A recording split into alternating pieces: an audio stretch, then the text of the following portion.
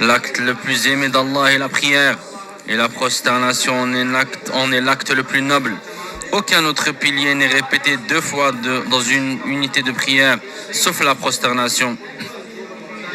La terre en reçoit plus que tout autre acte, car le serviteur se prosterne sur 7 membres, et les lieux de prière sont nommés en conséquence mosquées, venant du mot se prosterner en arabe. Ibn al-Qayyim, qu'Allah lui fasse miséricorde, a dit: la prosternation est le secret de la prière, son pilier le plus important, et la conclusion de l'unité de prière, ce qui précède comme pilier considéré comme des préliminaires. Étant donné que la prosternation est l'expression ultime de l'humilité et de la soumission devant Allah, elle représente une proximité avec lui. Comme Allah exalté soit-il dit sur la traduction du verset: prosterne-toi et rapproche-toi. Il a ordonné aux prosternés de multiplier les invocations, car il est proche de celui qui est proche et qui exauce.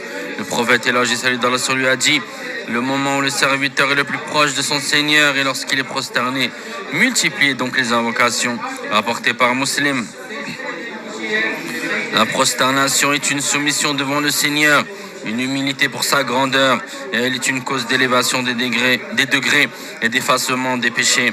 Le prophète, éloge et salut d'Allah sur lui, a dit: multiplie les prosternations pour Allah, car à chaque prosternation que tu fais pour Allah, il t'élève d'un degré et te pardonne un péché. Rapporté par Muslim. Quand les épreuves s'intensifient et que le cœur est accablé de soucis, la prosternation les dissipe. Lorsque le prophète, éloge et salut d'Allah sur lui, fut accusé de mensonge, son cœur fut accablé et sa peine devint grande. Allah lui ordonna alors de recourir à lui par la louange et la prosternation lorsqu'il dit, selon la traduction des sens des versets: nous savons parfaitement que ton cœur est oppressé par leurs propos. Glorifie donc ton Seigneur par sa louange et sois de ceux qui se prosternent.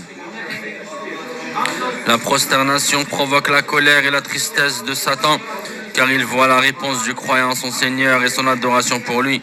Le prophète, éloge et salut d'Allah sur lui, a dit: lorsque le fils d'Adam récite un verset où il y a une prosternation et qu'il se prosterne, Satan s'éloigne en pleurant et dit: malheur à moi. Il a été ordonné au fils d'Adam de se prosterner, il l'a fait, il a donc le paradis. Quant à moi, j'ai été ordonné de me prosterner, j'ai refusé, j'ai donc l'enfer. Rapporté par Muslim.